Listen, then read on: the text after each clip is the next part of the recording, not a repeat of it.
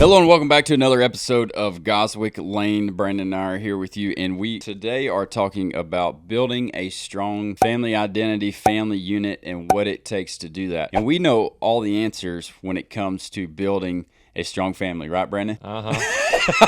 We talk about these things, and it's funny sometimes because, maybe we're just crawling through life like a newborn baby trying to learn how to walk. Yeah, we're like that baby giraffe, if you've ever seen it. When it hits the ground, and it is the most comical train wreck you've ever watched. It's like legs going everywhere. That's what it feels like sometimes, doesn't it? Yep, it really does. I haven't seen that video of the baby giraffe, but I have seen that video of the hippopotamus that's doing a helicopter fart and poop's coming out?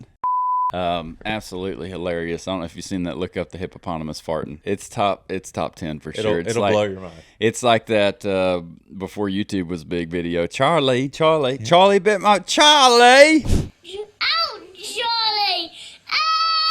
So we're talking about building a strong family unit, and we're kind of on the heels of we did a 2-week vacation with our family, and when we go on vacation, we don't just go with our local family unit. And what I mean by that is it's not just my wife and my 3 kids. It's not just Brandon and his wife and their 4 kids. It is as many people that want to go can go, right? So we've gone to this Lake Greason, and outside of Murfreesboro, Arkansas, for pretty much our entire childhood. I mean, since we were born, pretty much. And cool fun fact is Shane's mother-in-law, our mom's side of the family, our dad's side of the family, I think we figured up last summer, unbeknownst to all of us until now, probably been going to that lake some way, shape, or form in our family generationally for 70 to 80 years, I think is what we figured out. I think when you count, Debbie's 70 years old, and she's been going since she was a kid, and her mom and dad might be pushing 100 and something. Could be. That's crazy. So we've been going and not only to the same lake, but to the same cove, to the same campground. Yes, before we obviously ever knew each other. My wife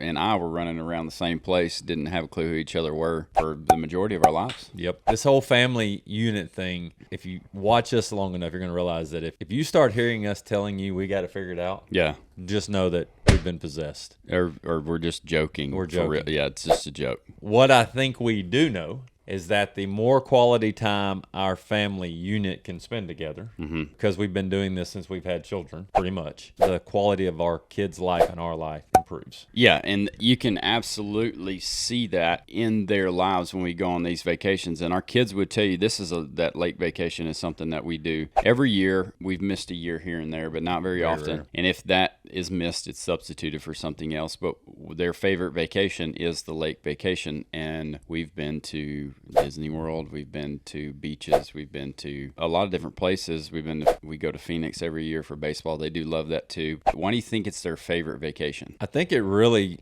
shows the purity of what a family is supposed to be about, which is quality time. What I think it's a kid's favorite time, I'm going to lean towards they have a pretty decent amount of freedom. That's true. They do have a lot of freedom. They literally can bounce between campers. We're not in an area that's high traffic, so they literally just hop on their bikes, go down to the water, stay at different campers every night. And that's from the 6, soon-to-be 7-year-old all the way up to the 14-year-old. Yeah, and I want to paint this picture. I know we've talked about it a little bit, but the amount of people that go on this vacation with us. So this year was the lowest amount of people that we've had on this vacation in probably 10 years. And this year we had 3 campers. Okay. 4. We had 4 campers. Uncle Bubba and Kim were there. Oh, that's right. There's 4 campers. And so Brandon and his family are 6 people. My mom and dad, it's 2. 8. My family's 5. 13. My mother-in-law and brother-in-law. Uncle Bubba, his wife Kim, at 17. And then two of their grandsons came up. 19 plus Claylee, 20. 20. And then another cousin, Colt, and Morgan, and their baby. So that's 20. We're at 23, and that was the smallest amount that we've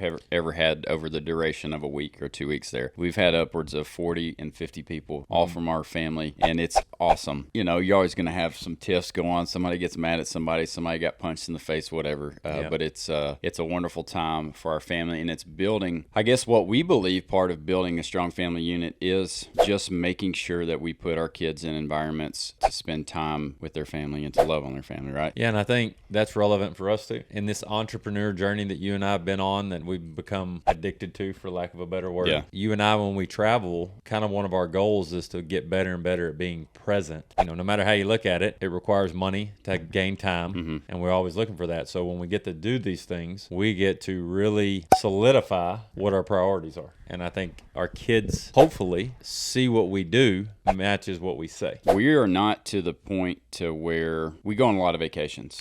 From the outside in, people probably think we make a lot more money than we do. Yeah. Because of the vacations that we go on. Yeah. However, the vacations are prioritized over a lot of other things. We may not be driving the brand new vehicles. We may not like spend gobs of amount on our house. We may not go out to eat all the time. Like, there's things that I wouldn't even say sacrifice, because I'd rather just go on a vacation. In the family unit, something that Leah and I, and probably you would agree, what we've really come to realize is, and I asked Leah this the other day, because we've been talking about doing a house remodel that she really wants to do, and I do. And then we were talking genuinely, and I said, if we could only have the house remodel or traveling as a family, which one would she choose? And she didn't even miss a beat. She's like, traveling with the family. Quality time. Because it's experience and it's quality time. And at the end of the day, do I want to get to the end of my life and have a nice refurbished house, less experiences with my family, or more experiences with my family and our kids, and maybe not the brand new renovated house? Yeah, and I think,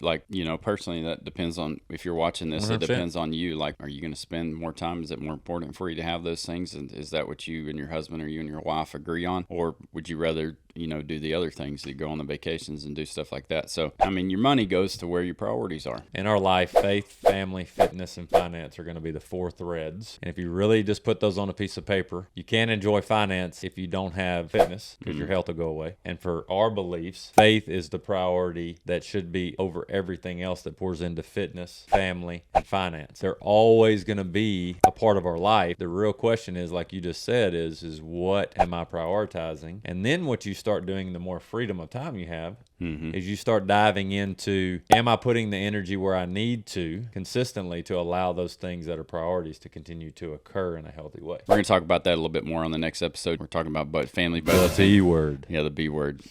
I'm not a big fan of a budget. Neither is my wife. Okay, so we're going to talk about that on the next episode. Don't miss that. Remember, love God, love others, and let your work reflect that. We'll catch you on the next one.